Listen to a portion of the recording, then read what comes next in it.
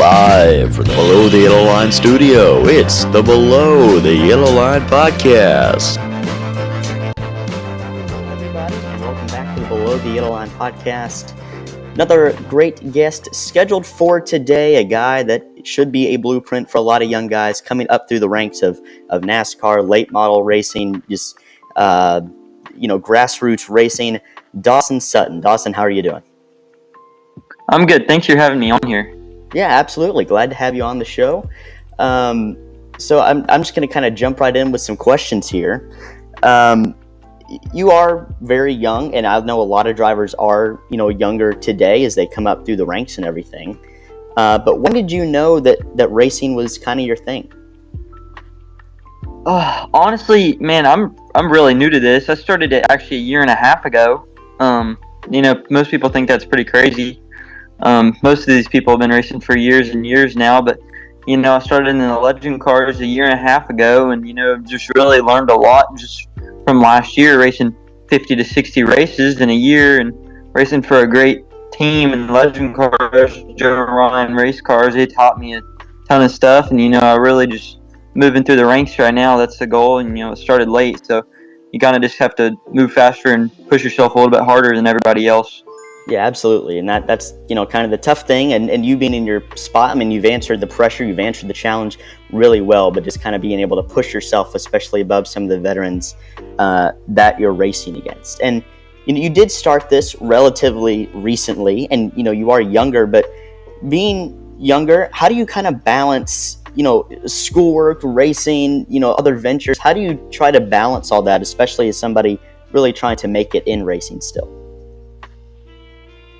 See, that's the hardest part, man, just the work-life balance between working out, and you have to work out. That's part of the things, being a race car driver and moving through the ranks. You get 400-lap races, 200-lap races. If you're not working out, you're not hydrating and taking notes, and it's one of those things you just have to really adapt to, and that's one of the things I've really struggled with, just finding the right work-life balance between playing the sim. I play the sim a ton. That's how I got started.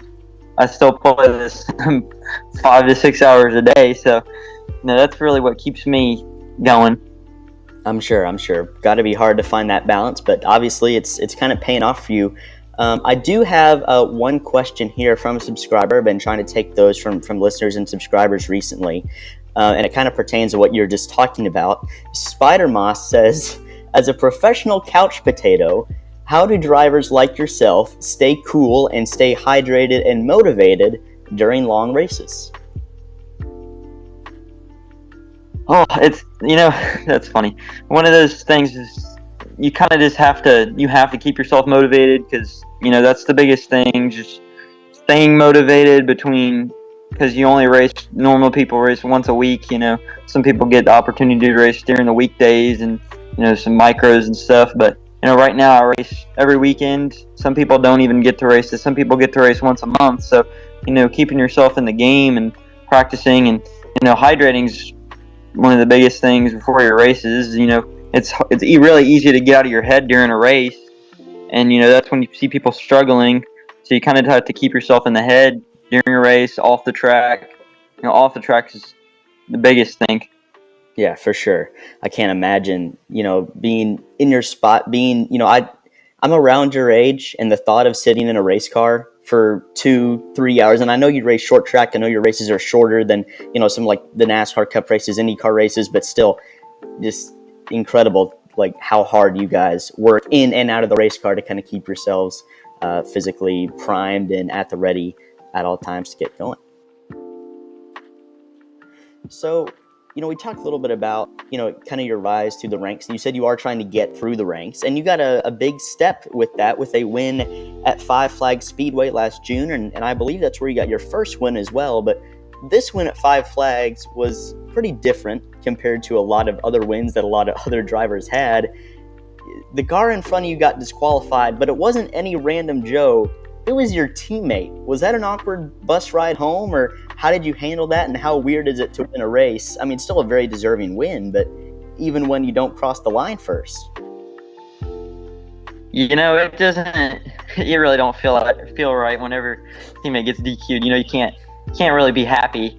I mean, I was pretty happy, but you can't show it, Yeah. because that's pretty disrespectful. But we won twice there now. We raced 2 races, and there's 2 more races in the season. I raced there Friday night, actually.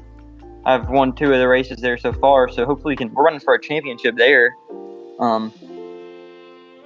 And then hopefully we can lock that up maybe this weekend. I don't know if we can lock it up, but have a pretty good lead. But getting my teammate getting DQ'd is pretty awkward for sure. I'm sure. I can't imagine. I mean, other guys have gotten DQ'd. In NASCAR, it happened just last year. Denny Hamlin, Kyle Busch at Pocono. But when your teammate gets disqualified, and then you're the guy right behind him that wins the race, that's just got to be a whole another level of awkwardness that thankfully I have not been able to experience yet. Just kind of a weird situation there. Oh yeah, for sure. You've talked about Five Flags, and that's been a really special place for you so far in your career, but a place that's special to me and a lot of other NASCAR fans, especially people like me who are so into the history of NASCAR and stock car racing as a whole, is North Wilkesboro. And you were able to race there in May of this year. How cool was it to turn laps on a track that had kind of been resurrected, brought back from the dead, and a track that nobody had seen action on in so long? That place is crazy. It reminds me a lot of actually my home track, Nashville. It's really fast, really abrasive, crazy tire wear. I went out there. We were really fast all weekend, really fast in practice. Qualified 4th, I think, out of 60 cars. So, really good qualifying run. But, we got taken out in the first lap of the race. So, it really awesome event there. Hopefully we can race there again next year. That's the goal. Race there in a super maybe next year. But, it was a crazy event. Good executed. We stayed for the truck race, the supers, late model stocks, and just that many fans showing up to a race is crazy. I've never seen anything like that before, so it was an awesome event. Yeah, that whole weekend was just really something special, and having the Cup Series there, the Truck Series, but especially you guys, your grassroots racing guys that kind of helped build that track when it was coming up, and then are helping it get back on track now that it's kind of been resurrected from the dead. So it was awesome to get to see you and so many other guys race at that track, and probably fulfill a dream that a lot of y'all had to run at a track that most of y'all probably never thought you'd get to run at. So you've been able to, like you said, you have the possibility this weekend of wrapping up a championship at Five Flags, won a couple races this season, been really good, but the Cars Tour and late model racing, a lot of what you do is so competitive, and the cool thing about short track racing is that it's really open to anybody, and I especially mean that on the age spectrum. I mean, you have guys, young like yourself, you have older guys, 50s, 60s, heck, Red Farmer's racing and he's in his 90s now in Alabama. So how are you, with a little less experience but a lot of talent, how hard is it to be competitive out there, night in, night out, knowing that there's so much competition? Man, it's crazy. It's very competitive. We've struggled most of the year in the car store stuff, going to Ace. Went to Tri-County earlier in the year and struggled really bad. North Wilkesboro went good until it didn't. Really good until it didn't. But we struggled most of the year. We went back this weekend, actually, Saturday night in Tri-County, and we finished second. So, really good run there. Still the first loser, but good run overall. Struggled most of the year and went out there and finished second in a really competitive field in front of some good guys. So, strong finish right there. My team gave me a great car like they have all year. I just, haven't been able to put everything together in the car store stuff and adapting to some of these racetracks. These racetracks are really different. So, it's really tough to adapt from these. Yeah, it is so tough, and a lot of drivers in that series are very similar to yourself, coming up racing from a young age.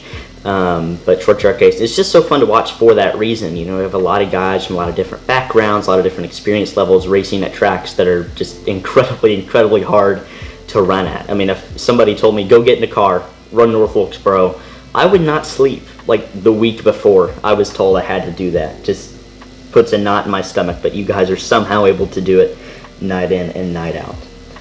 My last question for you here, Dawson. I've had a lot of varying answers from a lot of the drivers that I've interviewed, and that's the really cool part about it. But have you had any drivers or personalities in motorsports and in stock car racing or any form of motorsports that you really looked up to when you were younger?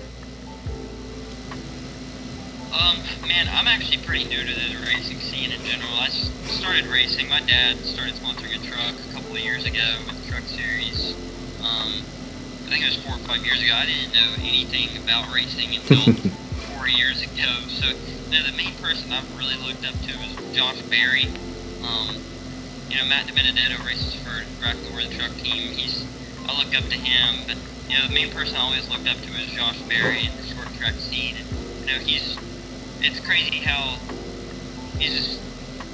like 2 years ago, he never even would have thought that he would have been in the Cup Series or getting these opportunities to race in the big series, and he was just a short track driver, and I've just asked questions and all kinds of stuff from him.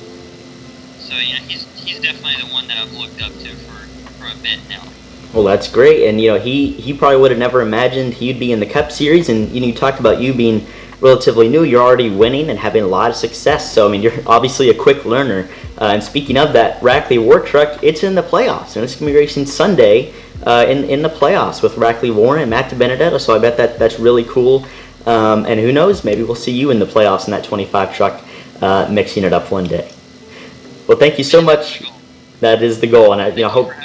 Absolutely, man. Absolutely, gonna try to keep up with you as much as I can here. And for anybody that doesn't watch late model stock racing or the Cars Tour or any of that kind of grassroots stuff, get a subscription to Flow Racing, get a ticket to your local track, and watch it, because it is some of the best racing out there in the world for sure. So Dawson, thank you so much for coming on the show, and I wish you and your team the best of luck here for the rest of the season. Thank you. Hopefully I can come on here again. Absolutely. And with the trophy in the background too.